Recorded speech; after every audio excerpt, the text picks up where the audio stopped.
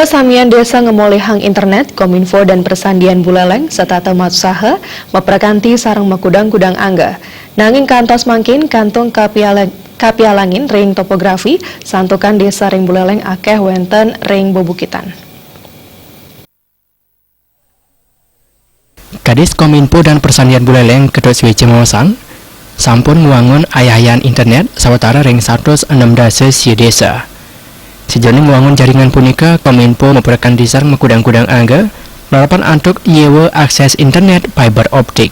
Sademangkin pangupaya puniki kantun kepialangin ring kuentenan topografi wilayah pedesaan sadewenten ring bebukitan mawinan mewah keruroh. Rauh mangkin wenten 3 dasa desa sanemedue koneksi sareng teknologi repeater wireless. Ulung dasa 4 desa miwas yang ngolas kelurahan ngamoliang koneksi jaringan fiber optik sani molas desa ngangin modem.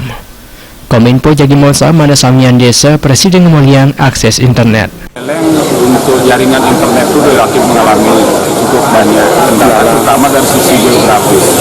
Karena kondisi kita bergunung-gunung, berlembah-lembah, kalau memakai jaringan fiber optik itu sulit, ya. Apalagi pihak ketiga itu harus menimbang untung ruginya. Kemudian kita juga mencoba menanggulangi hal itu dengan repeater, teknologi repeater, dan sudah mampu kita padukan antara teknologi fiber optik dengan repeater.